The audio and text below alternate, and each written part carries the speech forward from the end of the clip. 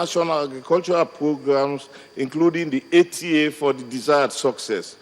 And at this point, IIT can assist in generating the technologies, the agricultural knowledge, and capacity building in unlocking Nigeria's agricultural value chains for economic growth at the sub-national level. And we are already working with Ondo State, Oyo State, Jigawa State, and we welcome other states that we can collaboratively work on to achieve the transformation agenda at the states level.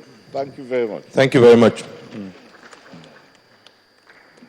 I will now quickly take the last presenter, who doesn't need any introduction, Mr. Bismarck Rawani. Again, I'll be very tough on time.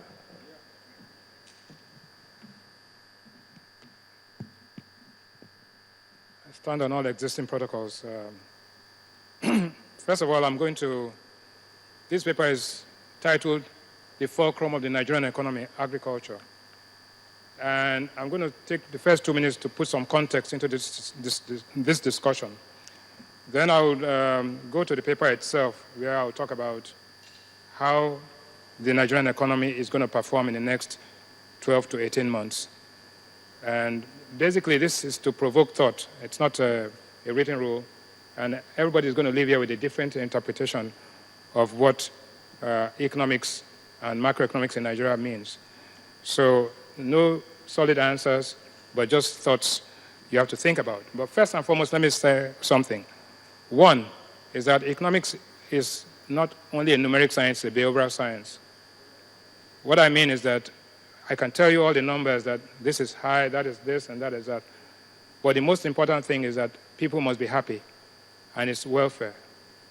So, Nollywood is the fastest growing industry in this country, and people act a lot in this country. But one of the most difficult things to pretend and act is you cannot pretend to be happy if you are not happy. Okay? So, I think I want to make that clear.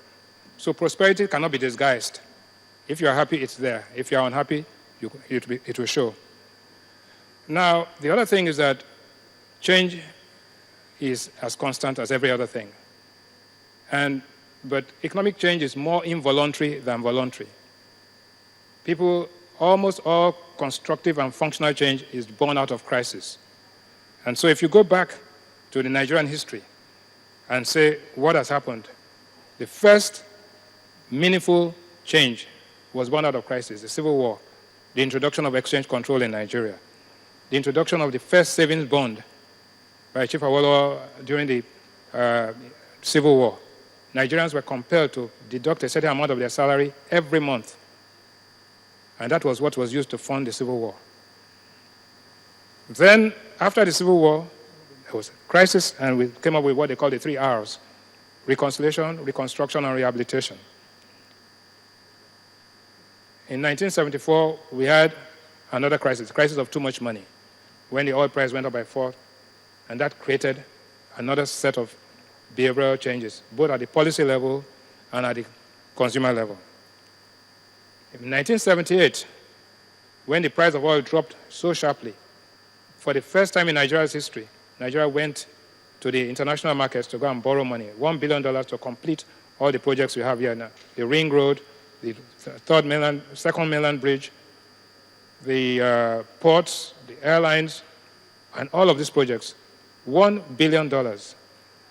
I was called upon by BBC a couple of days ago to talk about the Niger Bridge, and I looked at the Niger Bridge. The Niger Bridge was built, the first Niger Bridge, the one you have there, was built by Dumez in 1965, completed in 65 with £5 million.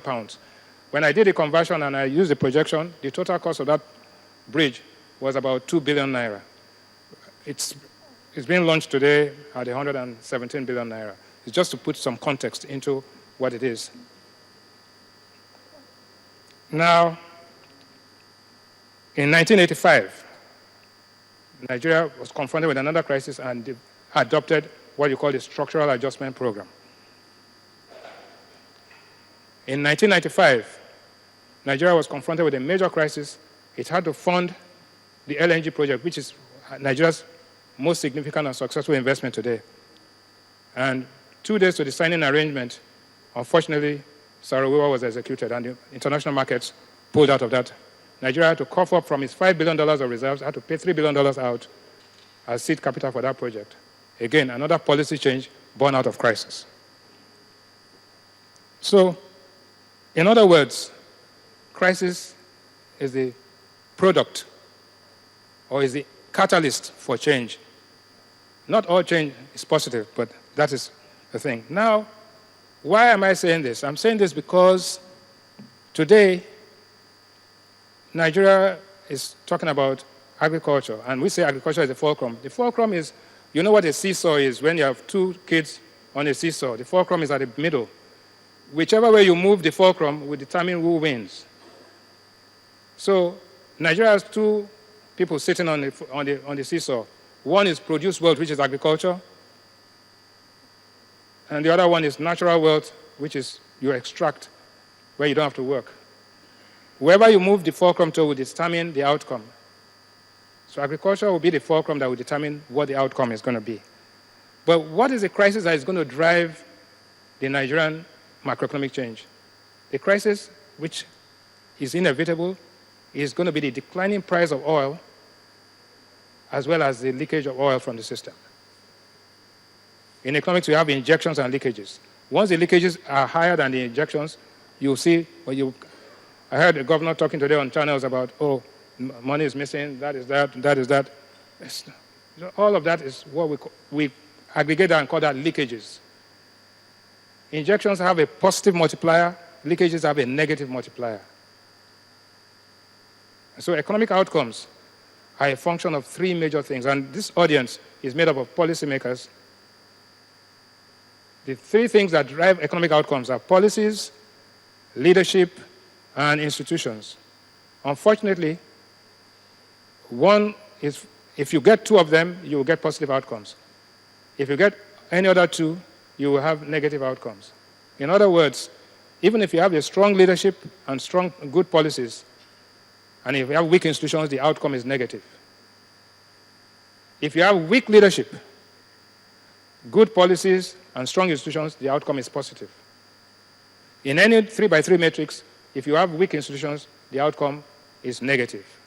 So even if you bring Lee Kuan Yew from heaven to come, or from wherever it is, to come and run Nigeria, and you put all the policies there, if you have weak institutions, you end up with negative outcomes. So let us start now by going through what's the threat of declining oil prices. This is what you see here. If oil prices decline to this level, you are going to see some changes that will take place. You will have three levels of adjustments. First of all, monetary adjustment, which means you deal with the exchange rate, you deal with the interest rates and all of that. Those are initial. The next set of adjustments, when it falls below a particular level, will be fiscal adjustments, where you have to defer spending, borrow a little bit more, and then the final adjustment, when it falls below a particular point, you have structural adjustments. But then let's ask ourselves, what's the probability that if there's a 20% drop in the price of oil and production falls to 1.7 million barrels, what is going to happen? What's going to happen is that GDP growth will decline, government revenue will decline by almost 27%, your monthly FAC and all of that. Your external reserves would deplete in the long run by about $15 billion, and your exchange rate will depreciate by at least 5%. So all of these things will lead to certain changes. But let us stop first and ask ourselves, economies move from imperfection towards perfection, always in transition. And what does that mean? There are three major subsidies in Nigeria. When you talk about subsidy, people talk about petrol subsidy and all that. The reality is that the major subsidies in this country, and you can quantify them, are one, the exchange rate subsidy. If the market rate of the exchange is 172 and you're selling at 155, then you have about a 12 to 15 naira subsidy on every dollar. If you're doing $40 billion, you're talking about 1 trillion naira a year as subsidy on the exchange rate. You have subsidy on petroleum consumption products, which comes to almost maybe about 1.something trillion naira. Then you have another subsidy, which is government deposits.